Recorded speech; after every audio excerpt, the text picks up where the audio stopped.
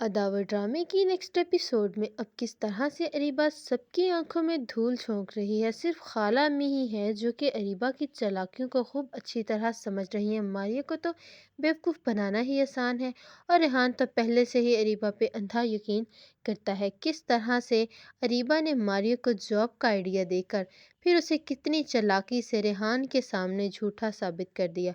वक्त गुजरने के साथ साथ अरीबा की चालाकियां भी बढ़ती ही चली जा रही हैं।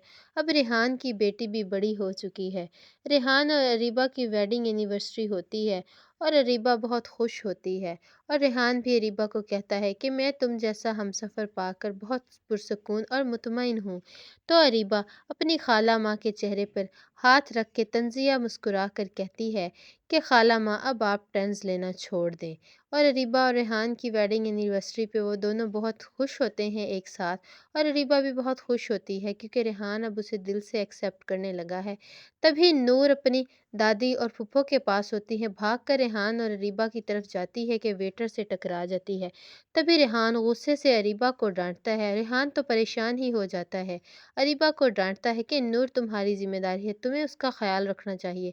तभी अरीबा रोते हुए वहाँ से चली जाती है और कहती है कि मैं जितनी कोशिश करती हूँ माजी को भुलाने की, ये शख्स उतना ही पीछे मुझे ले जाता है। काश बज्जो की जगह ये नूर ही मर जाती तो मेरी इस जहन्नुम से जान छूट जाती। तभी रेहान नाश्ते का वेट कर रहा होता है तो अरीबा खुद ही सारे अंडे तोड़ देती है और कहती है कि घर में तो कुछ भी मौजूद नहीं है। तभी रेहान गुस्से से अपनी वालिदा से कहता है कि घर की जिम्मेदारी तो आपकी है और फिर अपनी वालिदा से कहता है कि अगर आपसे ये जिम्मेदारी नहीं संभाली जाती तो आज से इस घर की सारी जिम्मेदारी और ग्लोसरी अरीबा ही करेगी।